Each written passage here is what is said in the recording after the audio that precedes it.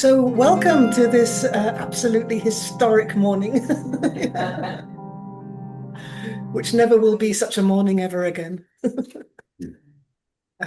which for all of its uh, pain and unsafety is still a morning of deep togetherness and solidarity and awakening in a way. Partly what's happening through these days is our consciousness is being drawn upwards towards the sky. We're listening to the sky and we're listening to the horizons. Our awareness is, from the heart level, is very awake to the ones we care about, that they will be okay, to the changes in atmospheres. We don't, in this time of emergency, it's also a time of mindfulness and awakening. And we can use it like that. We can use it in the sense of when we realize that we are experiencing something in the body, like fear or dread, or sadness, or despair, or anger. It's possible also then to include care, love, affirmation. Meaning affirmation is reassurance, comfort, towards that same place where we're getting the fear and dread from, through the network of where we're all connected. Meaning there's a direct invitation each time we move into self-awareness for a moment. It's not to cancel that out, but to include a very strong transmission through the network of everyone that we're connected to, that whatever happens, it's okay. This existential dimension, this dimension where we exist before anything happens, during a happening, and behind a happening, to connect from there, in the here and now. And in this, we also begin a process of turning what could be traumatic over the long term into resilience, into a skill, into a mastery, how to live in the jungle in an awake way, without closing necessarily the heart for that long, except for when that's needed temporarily. Because sometimes it's needed temporarily to close the heart in order to think clear or to respond from the body. So within that context of the ongoing war with Iran, we are entering Nondual Therapy Module 4, which is all about the pathways of the heart. Finding that still center through the doorway of the heart, which is a center behind everything once we come there. A center of stillness in the here and now, which is okay, which is open to channel and receive resources together with whatever is being experienced as an experience. Now, this is not that in a fixed kind of moralistic way that we have to stay with love, or we have to stay with care, or we have to stay with an open heart. Not at all. It's more that the pathway remains open so that we can come back again to center. We can get knocked out in order to deal with something over here. Sabta, grandma is in trouble, blah, blah, blah, blah, blah, blah, blah, and we can find our way back again. It's the practicing this pathway of being drawn out and coming back. Getting into the sea, getting wet, coming back again, going home. The pathway to the center. Now, the pathway to the center of the heart is extremely important to this existential dimension where we are here alive as part of life, indestructible.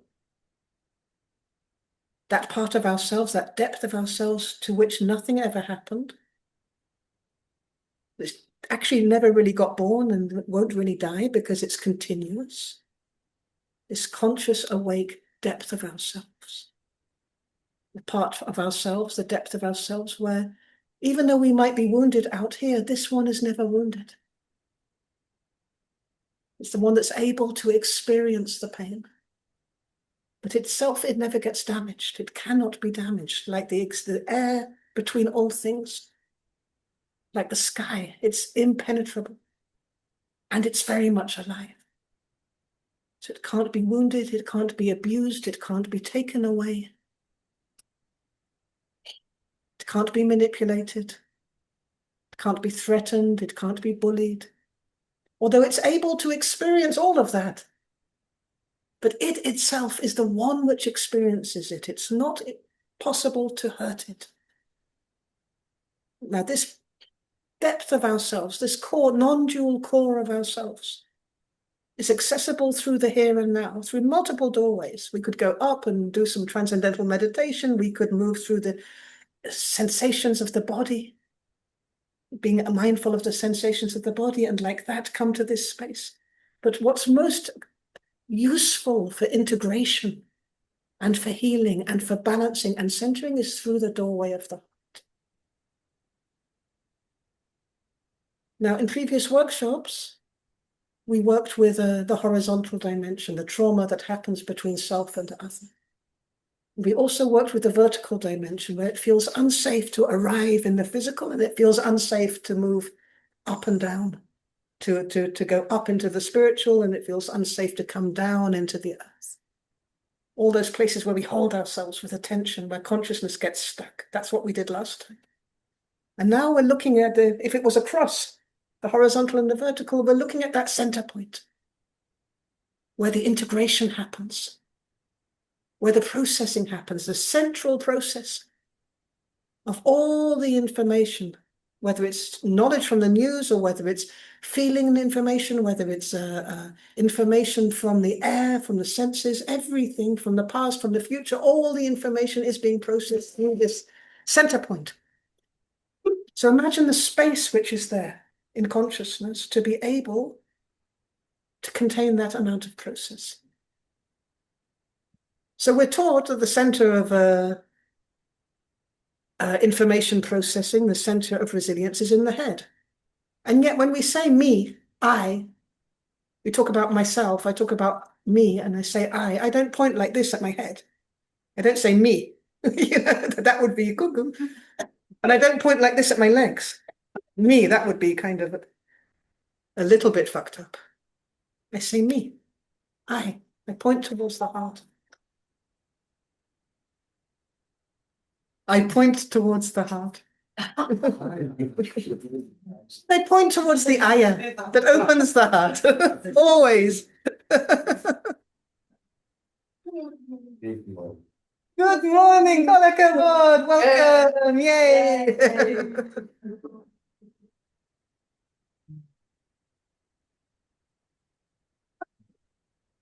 She's small, so find a space, right? Very special now.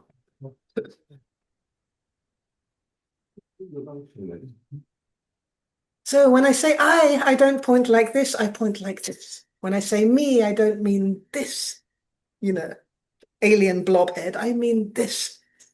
Because even with our body language, we know that this is me. This is the deep I. This is the center of perception. This is where it all comes together. Physical sensations, ideas, vibration of thoughts, feelings.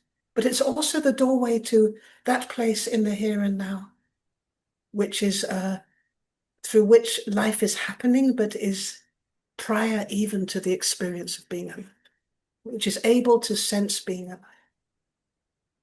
Now, what's that space? The first thing which is in that space, behind all the experiences of the heart, is peace. Because there's incredible peace when there's no fear of death. And death is just an experience. When whatever traumas are coming and going, there can be peace with it. Not agreement that it's a good thing, but that we can be at peace with whatever experience is moving through us. Also in naturalness, what's happening there. Now we begin to look at the true nature which flowers from that place and the deeper layers of experience by itself. So also what's happening from that space is unconditional care. You see it through all of nature.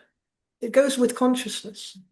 Wherever we are conscious, there is a care. Wherever there's an awareness, there is care. It happens by itself, whatever we think about it. We're not talking about guilt. It means giving a shit. attention. In order to not care, we have to actually close down our consciousness from this area, because otherwise it's there, wherever we are aware. And of course, one of the main things there is this natural curiosity, this desire to experience, this quality of experience, this conscious awareness, which is a sensory event. But the senses aren't yet gross physical, they're subtle senses. The kind of longing which is love, which moves us towards each other through the physical universe or through any universe. The longing for well-being, the drive towards wholeness, the knowing, the wisdom that we're all interconnected. To block all of this off, we have to literally reduce feeling. We have to numb something in the pathways of the heart, meaning we have to literally close the road that goes inside and goes outside. If we don't want to feel grief in the heart, we have to close the heart. If we don't want to feel the vibration of hatred in the heart, we have to close the heart. When we close the heart, we also don't feel love, we don't feel peace, we don't feel well-being, we don't feel that okayness. We just end up in a kind of dysfunction where everything's misaligned. So the mind starts to dictate realities. The body starts to do its own thing into panic because it feels incredibly left alone. It's not getting the information it needs. It's not getting the care that it needs. The freedom to move. Freedom to rest. Freedom to refresh, to reset. It's being held by the mind in a kind of repeat crisis, crisis, crisis, crisis, crisis, danger, danger, danger, danger. This is the formula of how we survive. Go inside, close down the senses. This starves the heart. So one of the things which is not often spoken about is that the heart is an organ of perception, meaning it's a way through which we perceive the world. The central way in which we are conscious, aware, feeling, experiencing the world. It's the center. It's like the great big eyeball. It's an organ of perception, just like the eyes are an organ of perception. Through our eyes we see, we get information through our eyes, visual information. Just like our ears are organs of perception, through our ears we hear. The boom-de boom-de boom-de heebie-jeebie, we hear. Just like through our skin, we touch. So the heart itself is an organ. It's a subtle, powerful, spiritual organ of perception. Through our heart, we feel. And through our heart, we sense all the information also of a subtle nature, the subtle side. This is why we later on get images. Or we can hear the inner voice or the inner guidance. Through our heart, we get the deep sense of atmosphere. Not just the atmosphere of what's going on out here, but the atmosphere of those which are supporting us from behind, maybe of our guides, maybe of protectors, maybe of the ancestors. This is through the heart. So this pathway being open and free matters enormously.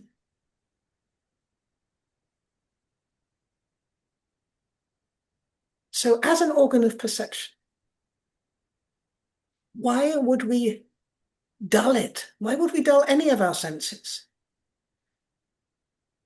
Why would we close down our senses when our senses are the one thing which connects us to the environment, which in a dangerous situation is the safest thing possible? Because altogether it makes up our intuition, our deeper intuition of where we are needed to be. So how did we learn, or how were we taught to close down the pathways of the heart?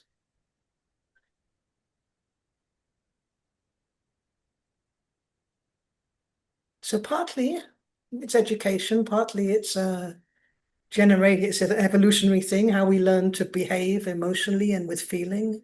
Right now, we're very top heavy with dictating what can be felt and who to love and when to love and what not to love and how to be and what to be and what's okay and what's not okay and what's okay in which proportions. You can be a little bit happy, but not too happy, especially not in the middle of a war. You can be a little bit peaceful, but don't exaggerate, because then boom, your enemy will get you in the back. You can care a little bit. If you care too much, you're going to break. Don't really connect with your family. They might be dead tomorrow. Sorry, but that's kind of what's been instructed to the army. Don't open your heart too much. Dangerous. So partly it's education, partly it's from the ancestry. We've been literally formed by trauma in this. And also it's because a lot of what we experience in the heart is a suffering.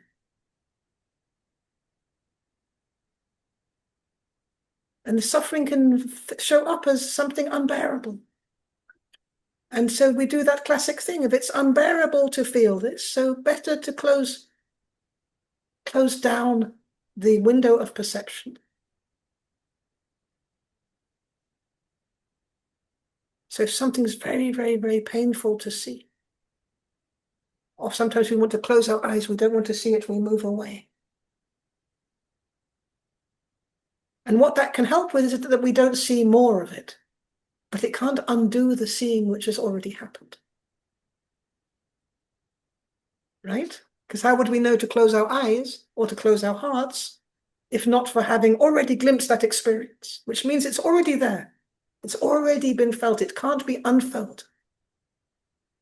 Even if we close down really quick, this logic. And because it's like that, often what we do then is just to keep it closed. Deep down inside, we keep it closed. We keep the central processor closed, which means we're much more vulnerable to trauma because information is not able to go through us, to be honored, to be digested, to be whole. And then because it's not allowed to be there, we get very, very afraid because we don't get to that place where we are really okay, even within this experience. I mean, we do often, but it's harder.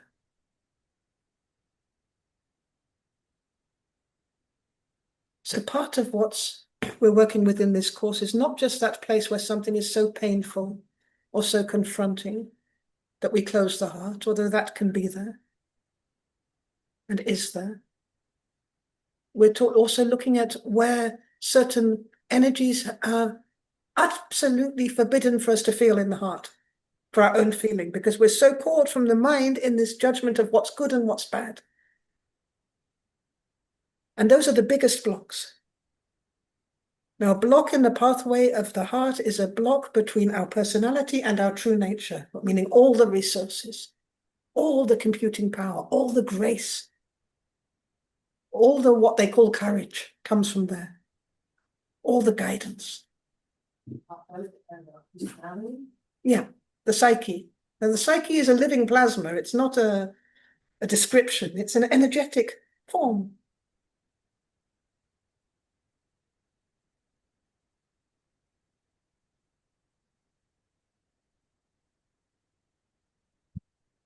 So we're going to go little by little into these, over these 5 days, into understanding the formulas of these blocks, how they show up, how to recognize them, how to stay or come back to the heart, even if the heart feels nothing at all.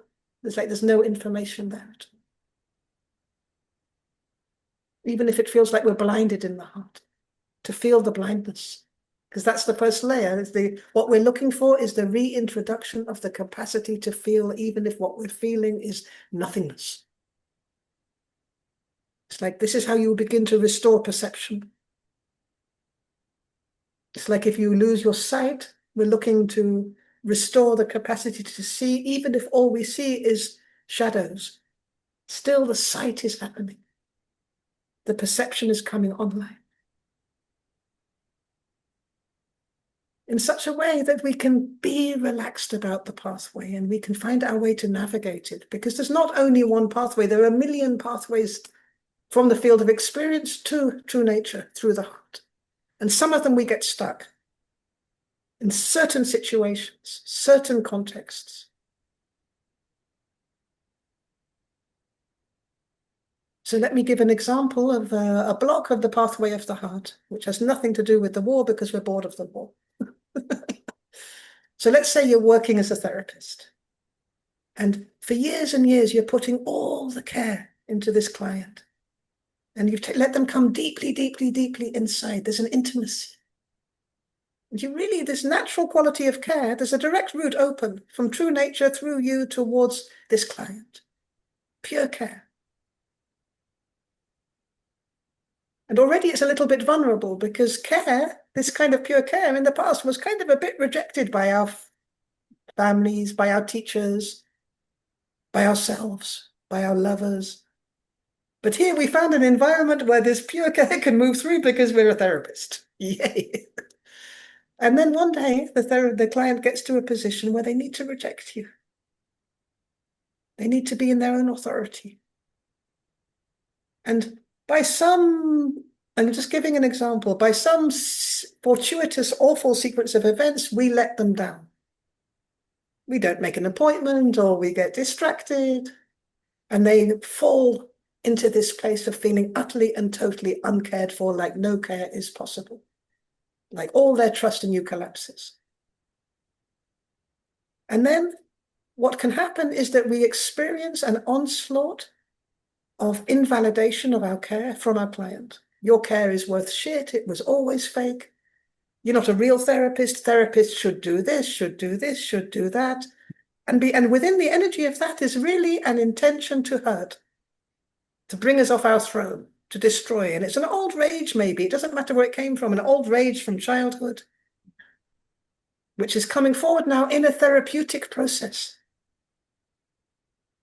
This is their moment where they really see if care is a thing or if it's always a fucking lie.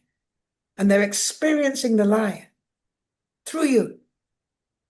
And you're sitting there with your open heart. And what's happening is that the care which you feel is now being made a personal thing. It's not true nature. It's not from that place of the here and now, existential behind everything. It's a personality thing. And they're saying, you're not a caring person. You're not a good therapist. Therapists should this, therapists should that. And you're getting pulled into the personality. And from the personality, what awakens is all those places where the personality had to defend itself. I am a caring person. This is an identity. I'm not a caring person. Personalities suck. Care moves through. But we forget that. And partly what happens is the heart freezes with a kind of aversion, a deep aversion towards this abuse of care. Disgust. You can feel disgust in the heart, a repulsion that this client could behave like this. It's like they're shitting on care itself. It's like they are desecrating the holy altar. We feel hatred towards our client. We despise them. But we don't, because we numb it very quickly. Block it. It's not there. I'm a good therapist. I don't feel hatred towards my client, never, not towards my children either, or towards my family members. I never feel hatred. I'm enlightened. You see what's happening? And now we're pulled out. But I am feeling this like, this very deep unrest, this unsettled, horrible feeling in the heart. I can't find peace. And I can't go inwards to the care because the care seems to be unreachable at this moment, the unconditional care, because the personality now is on full defense. So it's not me. I've worked myself stupid for this client of mine. It must be the client.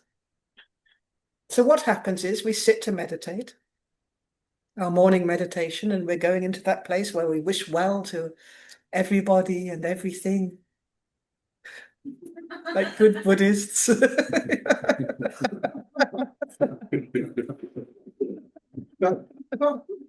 And after about 30 seconds, we are catapulted out like a missile. Vroom! And we are out there in our client's bedroom, criticizing her, telling her stuff, or him. Analyzing, using therapeutic tools to rip them to shreds. Oh, they're behaving like an asshole because of this, and because of this, and because they're projecting it, because they're fucked up about their mother, and them, like a machine gun. And that's kind of cathartic. But, oh no, we're supposed to be meditating. We're supposed to be wishing well. I wish well, but it doesn't feel like that anymore. It feels like we're attacking, and we're using all of our therapeutic knowledge and skills for this. It doesn't feel caring anymore. It doesn't feel peaceful, and it can go on. And maybe we can take our partner and we can have a good rant and rave for a good day or two about it. It doesn't help. It becomes like a broken record. Wagga, wagga, wagga, wagga, wagga, this, because. We're spinning. The pathway to the heart has become blocked.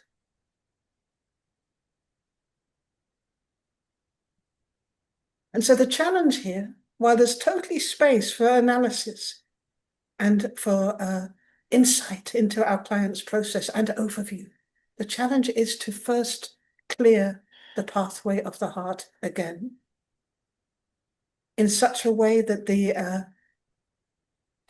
involvement with the client is informed by a deeper wisdom, a wisdom of deeper care, which doesn't involve us being a good therapist or a bad therapist or a good person or a bad person, in which the care is no longer our thing, our asset, but it's a universal thing, which maybe it involves us being chucked as a therapist. That's okay. The challenge is to find our way back. For the bent, so we come to a place where we really want the well-being of the wholeness, where we're at peace with how things are going. So how do we come back there? Well, partly when we realize that we are out there in our client's kitchen, we learn to put up a red flag.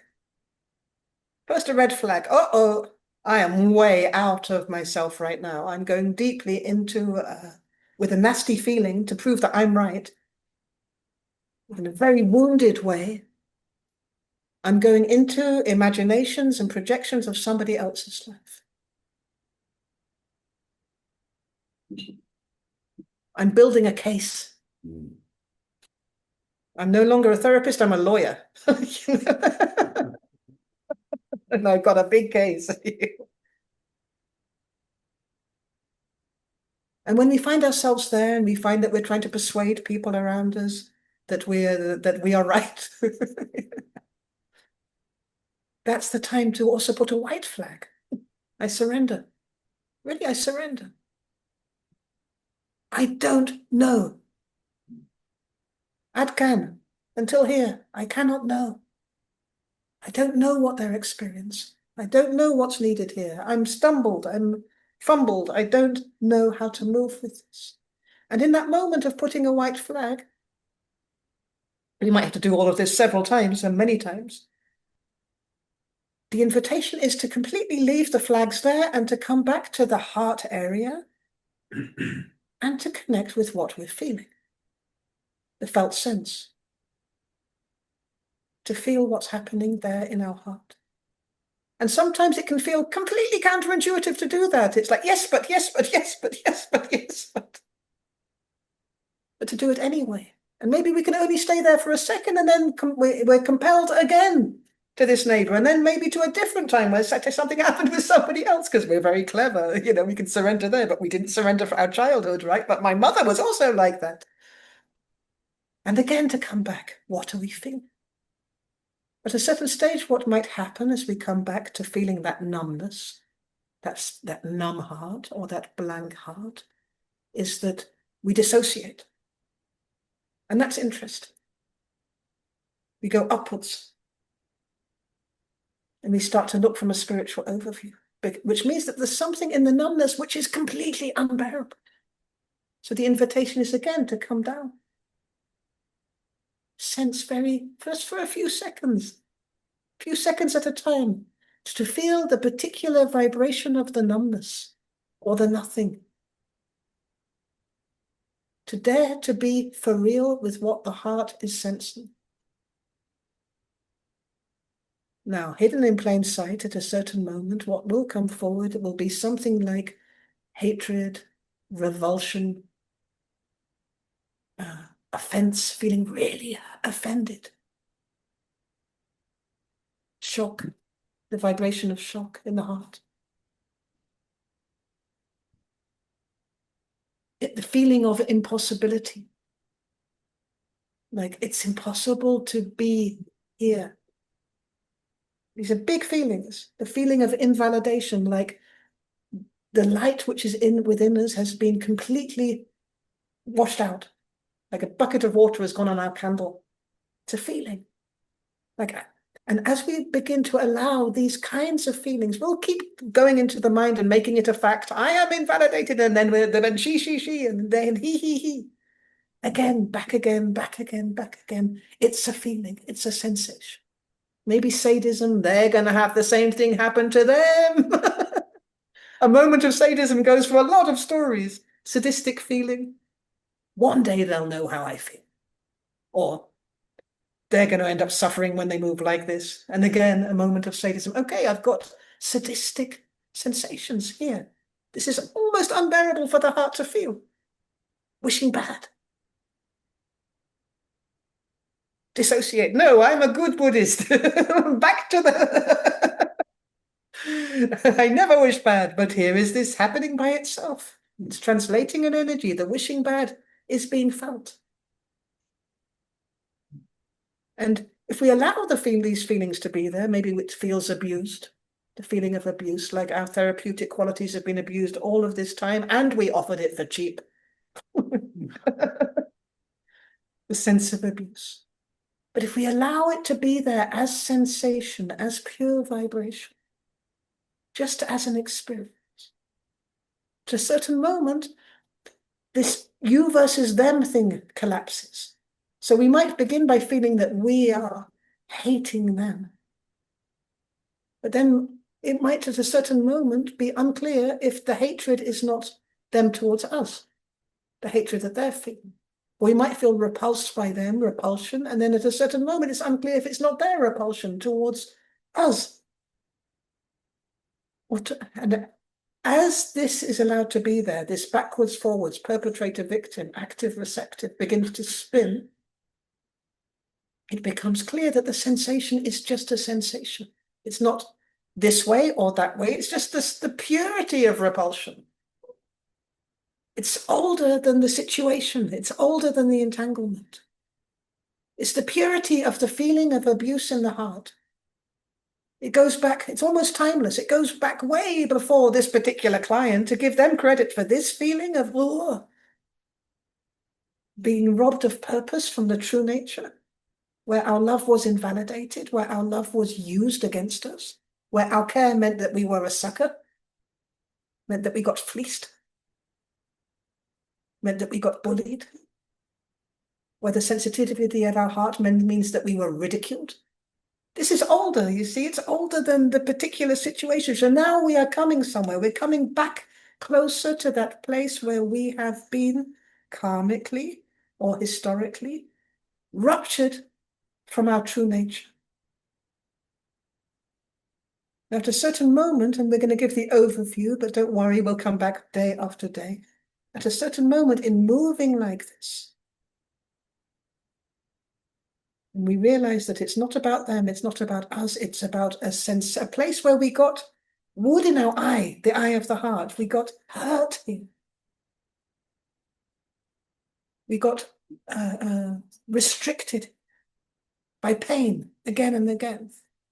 At a certain moment, what happens is the movement, because we're allowing the feeling, flips. So that the sensation of abuse, for example, is on the outside, and the one which is able to feel the abuse comes onto the foreground, because we're feeling the abuse. So the aspect of ourselves, of our true nature, which is able to experience abuse, comes forward.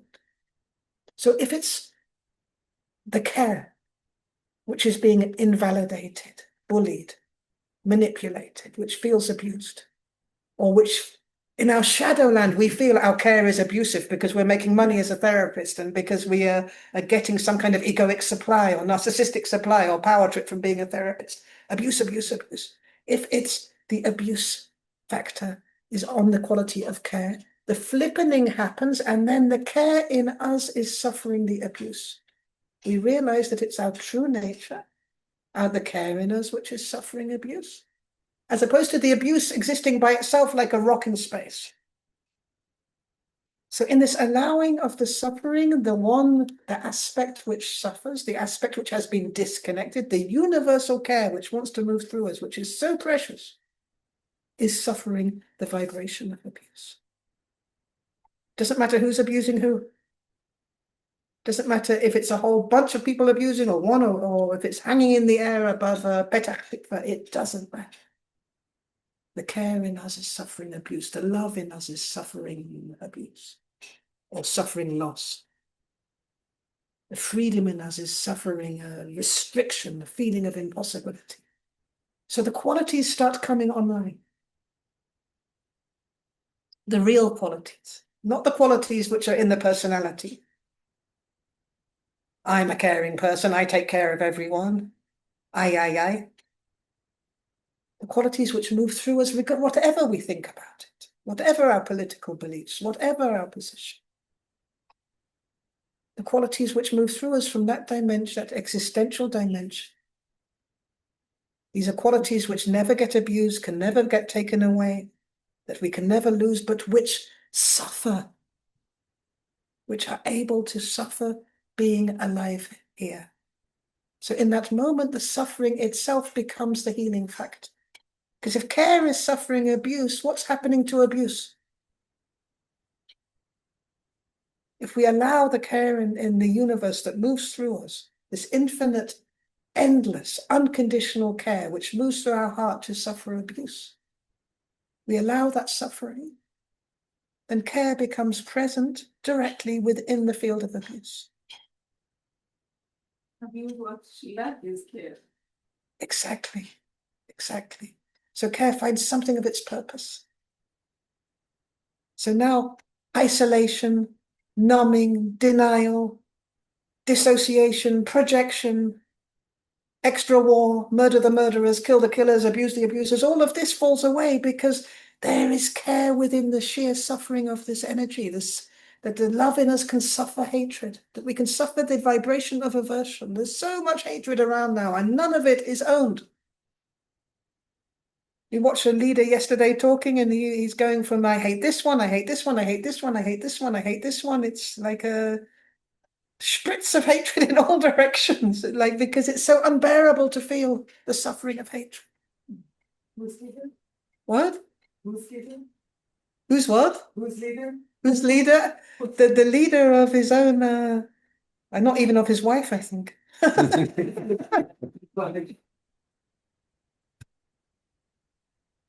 But it's sorry.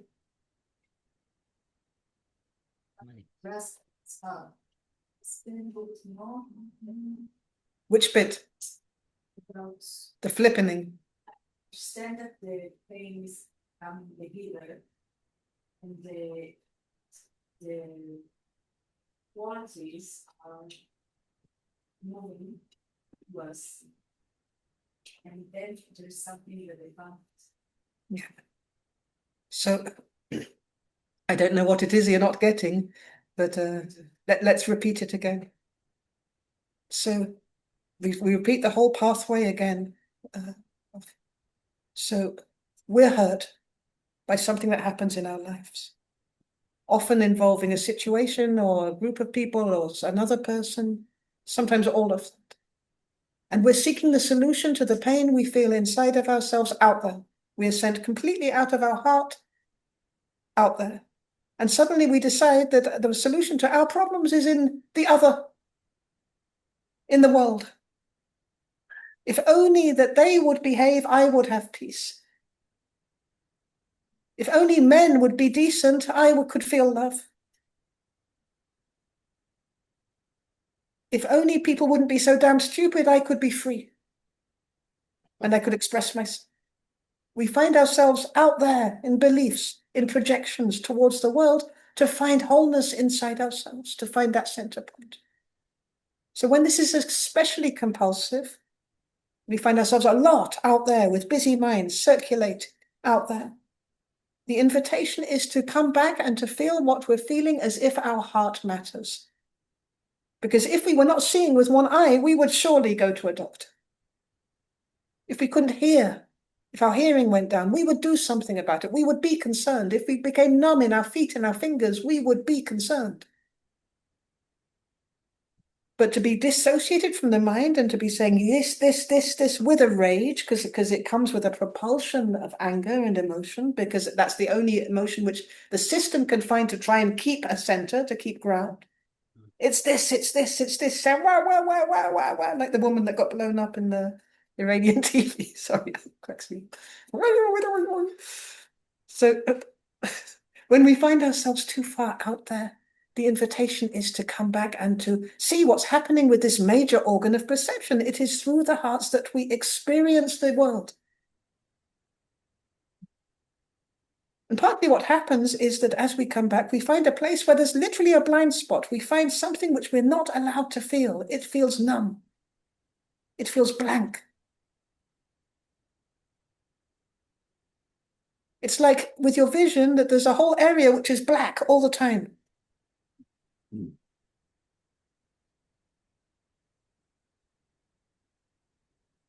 And this will be a suffering which in the past has been surrounded by energies of feeling impossible. It's impossible to be here as a child, or it's unbearable to feel as a child or as an adult later on. It's useless to feel. That feeling of purposelessness, which we call despair. So maybe a very deep despair. As the block begins to melt, just through our feeling the numbness, feeling the nothingness, the ingredients that make up the cement of the block begins to show up. Often as I cannot be here. It's impossible to be me. What is the numbness? Numbness dissociation? Is numbness aware from that to myself? Dissociation is where we will move from numbness, and the mind will try and center through thought and through ideas and through concepts and strategies like this. In this instance, if we dissociate to the mind, we can dissociate a lot further. The numbness is that very energy which we cannot bear to feel, whether it's hatred or repulsion or abuse or rejection, which, because we can't bear to feel it, there's a rapid pulling out of feeling, of consciousness, of awareness, and it becomes dense. It becomes dense and it gets cold. It becomes dense and cold and insentient. It doesn't feel anymore. Because density is much less perceptive. In a certain moment, it forms a block. It's the Yeah, but density goes into density. So that within that density, within that block, there is all the memory of what is felt. So the hatred is there within it.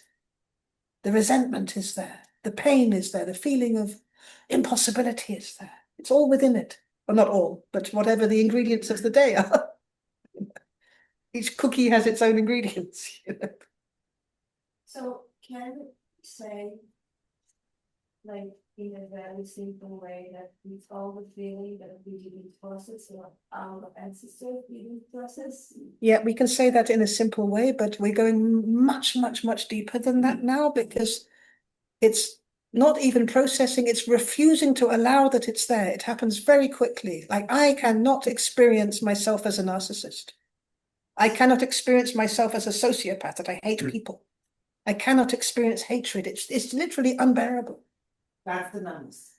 Those kind of forbidden feelings, and we might say, okay, I have no problem experiencing hatred, but what about towards our mother, towards our children? Mother, yeah. Because the heart doesn't give a toss. It's an organ of perception. If the eyes see shit, it sees shit. If we hear an ugly sound, which we don't like, we hear an ugly sound. We can pretend we like it.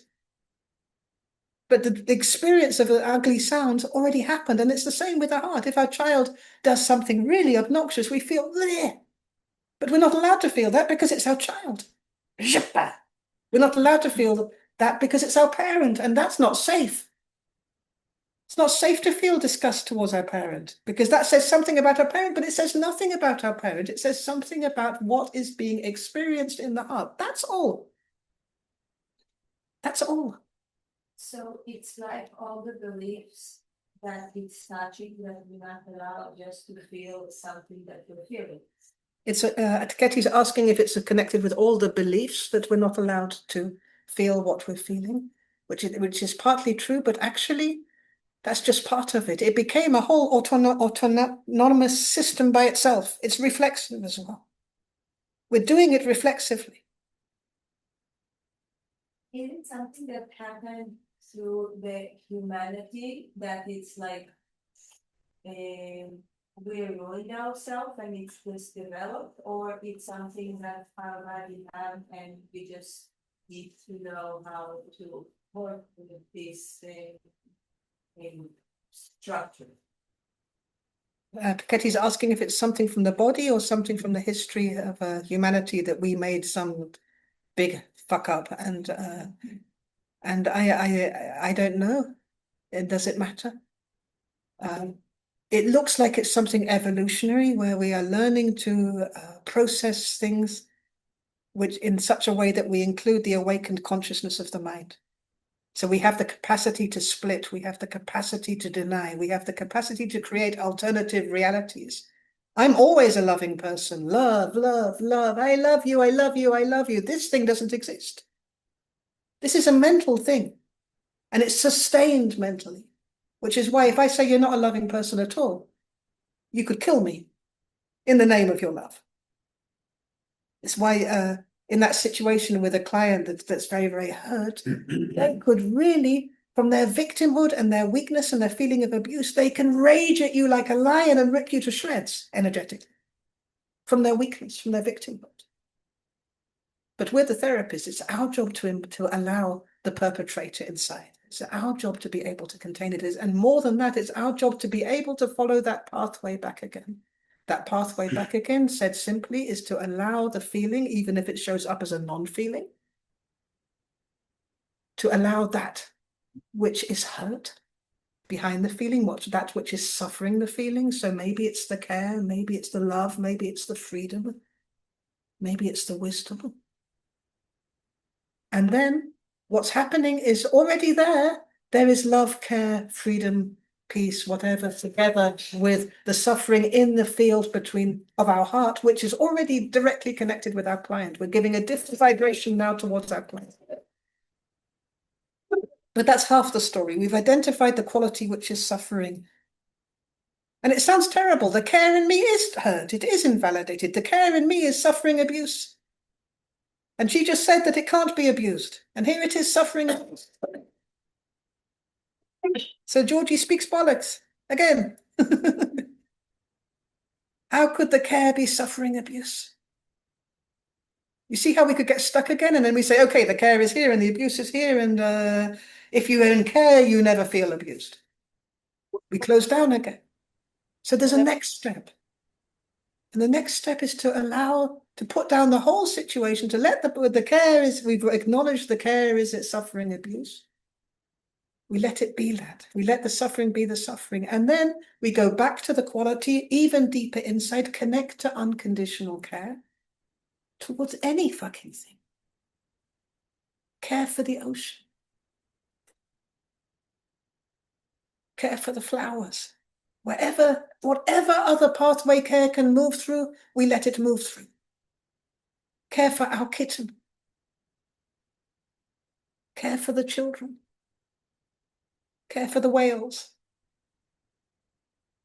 We let it move through us as a feeling vibration.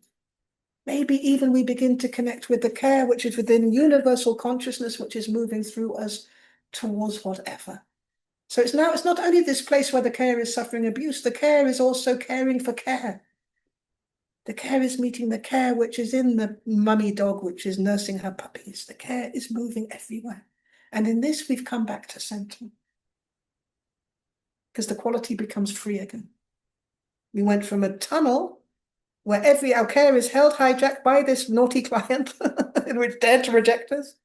We go from this tunnel where we lose ourselves and we're totally involved with abstractions and projections and all of this, back to this place where the care moves through us universally towards everything, irrespective of whether it's suffering or not.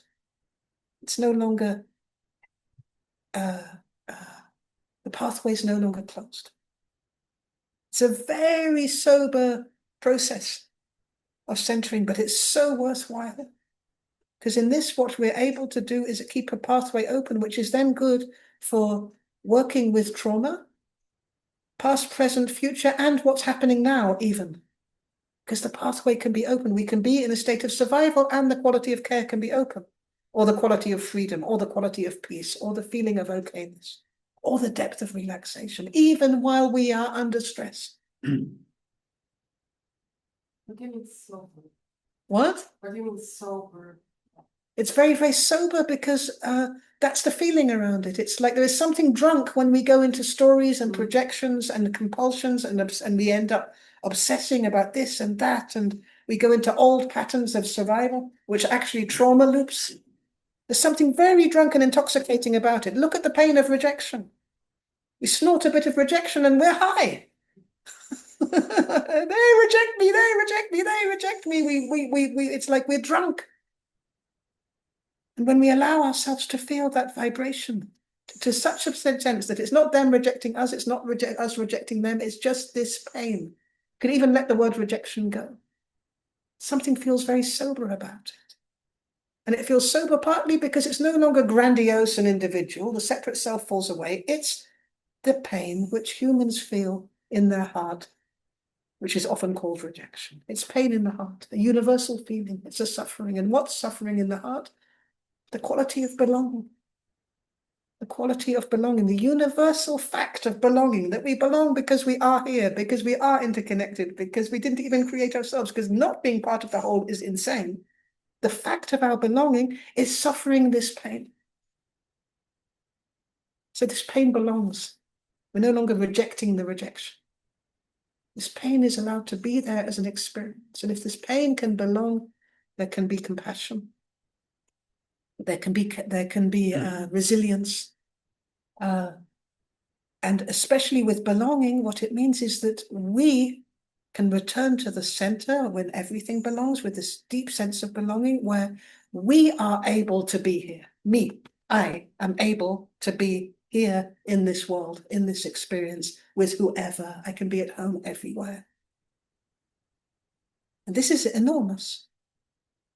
And you think how many traumas are based on displacement, having to move location, restrictions of freedom. Sorry, Georgie, would you repeat the very last thing that brings you to the possibility of the belonging? That very last three sentences. She wants to repeat the last two bits that brings us to the possibility of belonging. So the sense of belonging is a quality of true nature, like the care we spoke about, the freedom, the peace. Mm-hmm. The steps are, we're suffering the pain of rejection. We find we're in a spin. We've got our machine gun, we're shooting in all directions. This one's rejecting me because of this and because of this and because of this and and we're what? Wait, he keeps muting you or something. You're literally got muted. He's a siren. Okay, now I can hear you, but it's... Now you can hear me? Yeah. Okay. So we find ourselves out there in the field as part of our personality patterns, and it's absolutely okay. This just happens. It's it's fun. It's like watching Netflix. It's okay to go into a spin into everybody else's life that they're rejecting because and to reject back. And sometimes we reject. The best defense is attack. So we reject before we're rejected because that feels safer. It's like a preemptive strike. So we start like that. Yeah. But this whole spin of rejection and rejecting the rejection is generating more and more rejection, more and more suffering. And we're losing our center. We're out there. And this whole spin of rejected rejection is beginning to control us because we can't come to peace. We can't come to rest. We can't find that pathway to our true nature, at least not in this context. We need other contexts. So the way to come there is, first of all, to allow the pure sensation of rejection. Like, let's say it's the color yellow. So we're allowing the color yellow to be sensed in the heart. Because yellow is part of the colors we can see with the eyes. So let's say it's a color, yellow, rejection. We're allowing ourselves to sense this sensation. And at first it will be like, okay, I'm feeling what it is to be rejected. It's so painful. But then if we allow the sensation, what might be clear is also that we tend to reject the other, because the person who rejects us has no right to exist. They're subhuman, they're idiots, they're ignorant. So we're actually also rejecting, we're taking the same energy and throwing it out back again. So we also are now feeling the perpetrator aspect of rejection. We're not just rejected, we're also rejecting. And we get to a sense of this spin which is happening, where we're going victim, perpetrator, victim, perpetrator, victim, perpetrator. And at any stage, we can get pulled back into stories and into our list, our blacklists of which is out there of how people are rejecting us. Me. And of course, what's being rejected is true nature. So at a certain stage, we having spun through who's rejecting who and all of this, we drop the pronouns completely, and it is just this pain. It's like we're hemorrhaging, or it's a very deep wound. It hurts like hell. And if we can allow that, breathe through it, sometimes it's a matter of breathing through it, move through it, do yoga through it, whatever through it. Allowing it as a sensation. At a certain moment, it becomes clear that what, if we ask ourselves, what is suffering this pain? From here, from the heart place, what is suffering this pain? And something will come forward, and we can call it belonging, but it may be something more precise, creative synergy, togetherness, family. It will be precise. What aspect of our heart, of a deeper layer of ourselves, is suffering this pain? And then we allow that aspect to be in this suffering. So that's not the belonging. Because now that aspect of belonging, which is suffering rejection, is literally letting rejection belong. It's very sober. This is your sober moment. Rejection belongs here. And it's very sober because it's not only about me anymore, it's the human experience of rejection. It belongs here. It is here. It's futile to deny it. We suffer this. It's a pain. It's in the collective. It's in the Jewish people. It's in all the people. It's in collectives. It's in individuals. It's in families. We suffer this pain. And it's very painful, but also quite healing, because it feels for real now, at least. It's not all of these stories out there. It brings us closer to home. And then this is the next stage. Having noticed that it's belonging, this deep knowing of belonging, that we belong. The belonging is suffering rejection. The rejection has actually awoken the quality of belonging. So now we let our woundedness be, and we move back to the quality, and we begin to connect to the sense of belonging. It doesn't even have to be in our own personal lives. We can connect to the atmosphere of belonging, which is between a swan and her baby swans, goslings. There's an atmosphere of belonging there, how they follow her, these ugly little buggers, as she moves through the water. A beautiful atmosphere of belonging. We can connect to the atmosphere of belonging between the stars, which are always in communication, moving, like a dance. We can connect to the atmosphere of belonging which is within our hands. The left hand belongs to the arm belongs to the body. It's all got an atmosphere. The belonging within the waves of the ocean. There's not a wave in the ocean that doesn't have the atmosphere of belonging to the whole ocean, because it does. Through allowing the pain of the rejection, that eventually the belonging will come. The belonging was always there. Within this particular pathway, there was a block, which was I must not be rejected and I must not feel rejection. So first of all, we diagnose, we find the quality which was in crisis in that pathway. And then we go back to the center of it and we share the quality through all the pathways. It can never be blocked, but it can be blocked within certain situations, certain environments, certain perfect storms. I need to ask something. Yes. It's about the numbness, to feel the numbness. Yeah. Not the numbness, yes, the numbness. You Yes, don't hear Iris. me? You don't Yeah, hear oh me? no, I couldn't see you. Now I can see you. You're asking Okay. about the number. Yes, the problem is with feeling the numbness that it involves the rest of the nervous system. Like for me, when I try to feel the numbness, then my whole body is really reacting. It's not just to sense the heart, okay? And if you sense the heart and there is nothing there, and then you will go someplace else, and then if you try to feel it back, to go back to the heart and feel the numbness there, the whole nervous system is like shouting. It's the whole body does it. Yeah. So, what we are also talking about is the nerve system and the vagus nerve. And I hear that it's a problem for you that when you let yourself feel the numbness in the heart, the whole nerve system of the whole body begins to scream.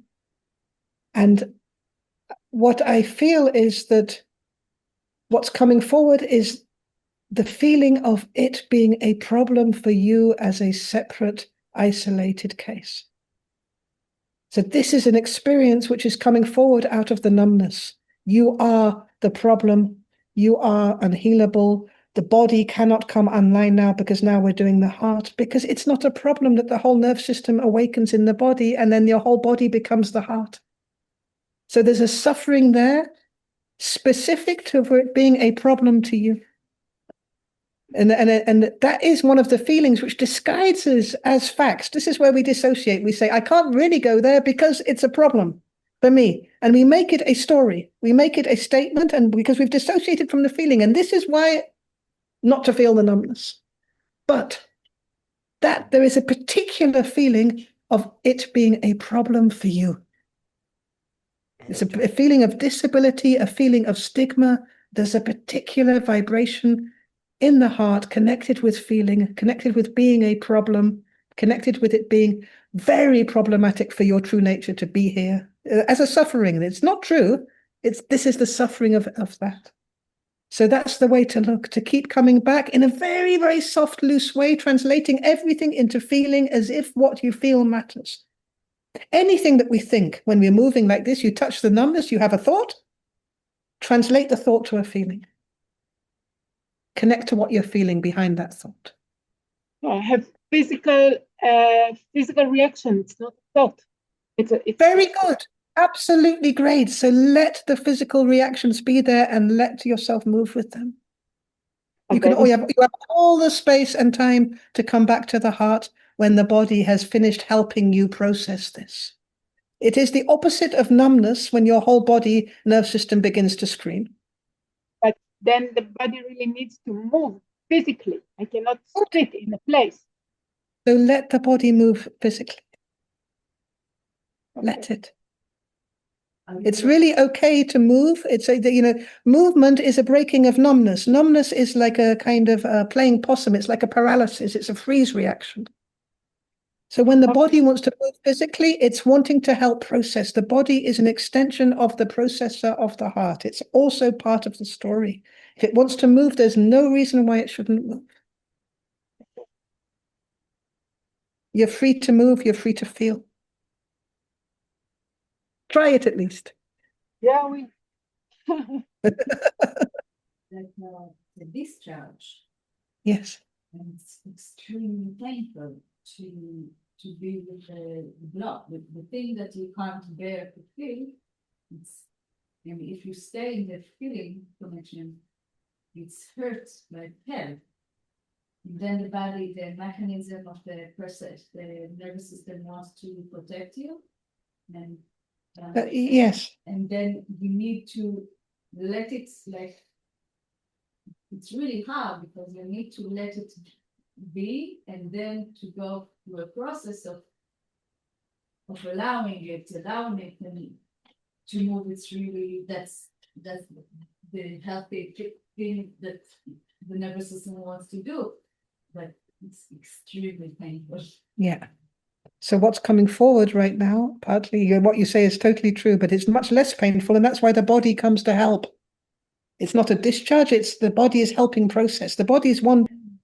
The feeling connection with the pain, it's the like first level, it's really painful because you come from the mind to the body, and then you feel the unbearable pain. And after that, there is a process of. There is a constant process, and it can take weeks and months, but we're getting the formula. You know, we touch the pain like a catapult. Immediately we find ourselves out there.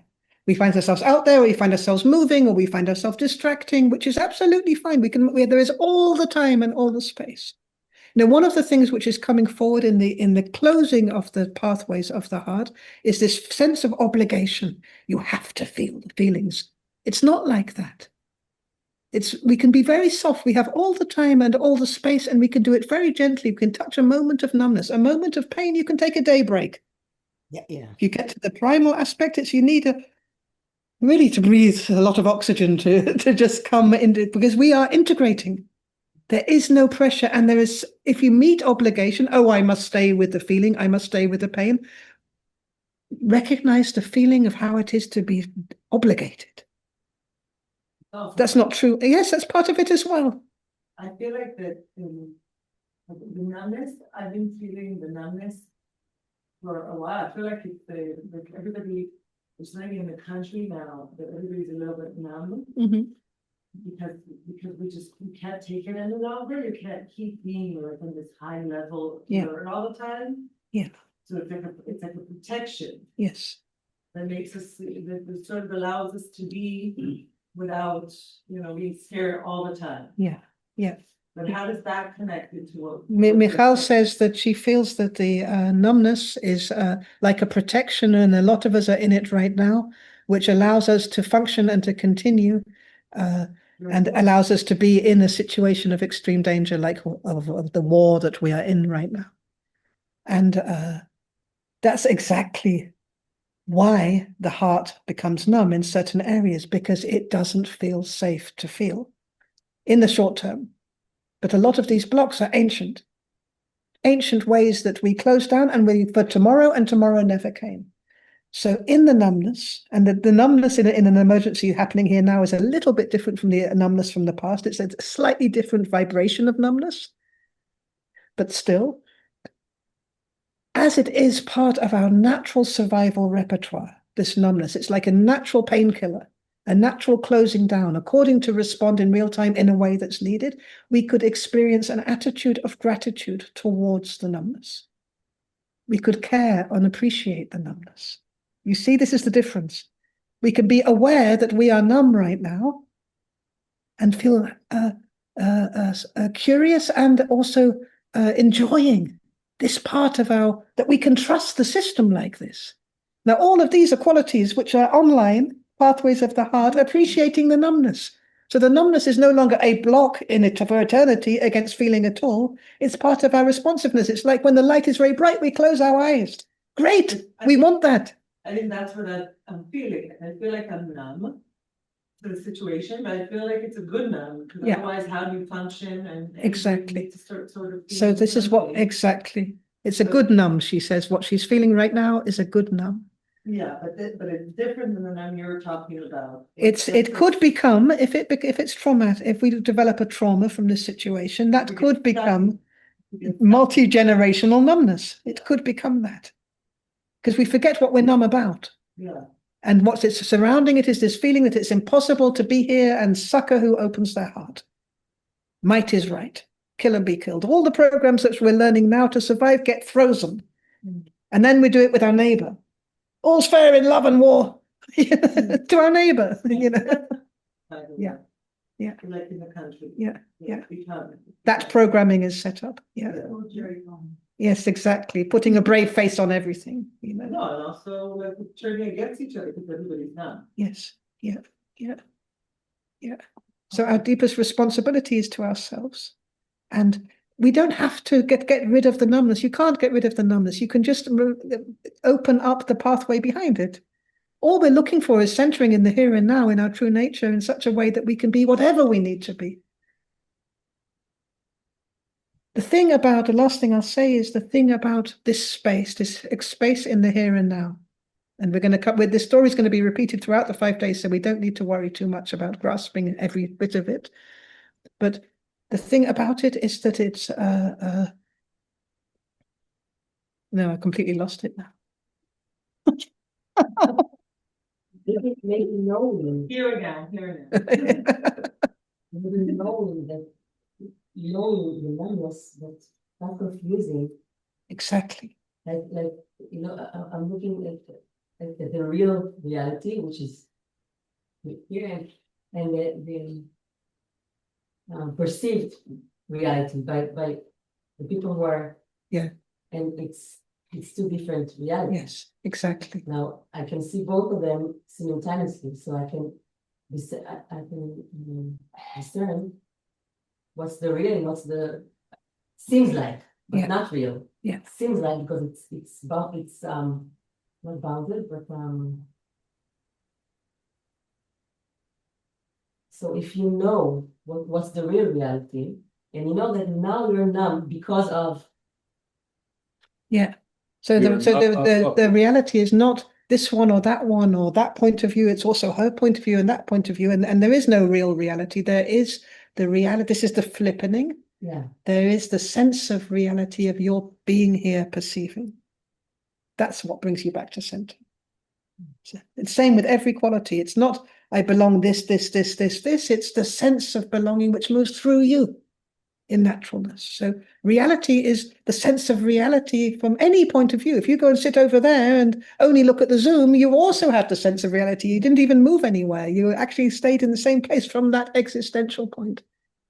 And that's the centering resource. And it's here that all the integration happens.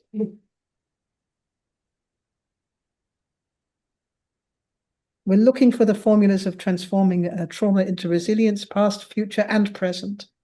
Like how to stay awake in the here and now, regardless. You're busting to say something. No, it's okay. Okay. And tomorrow morning, I will kind of go more deeply into this, the numbness and what is behind it. Yeah, so we can try and give an overview to start off with of what we're going to go through with more depth and more detail through the exercises and the mornings of the 5 days. The main thing is that the heart is an organ of perception. To agree to refuse to feel anything inside the heart is to generate an energy of refusal, which also then blocks the pathway. It's a little bit like I want to use my eyes, but I never want to see the color green. So what happens to outside? So I want to open my heart, and my heart matters. What I feel matters. How it feels to be alive matters. I'm going to consult my heart. But I'm never going to feel hatred or aversion or anything negative. It doesn't work like that. We cannot use this organ of perception when we start choosing and picking and choosing what we're allowed to feel, especially when it's always already happened. Big processor as well. There is a wholeness here. When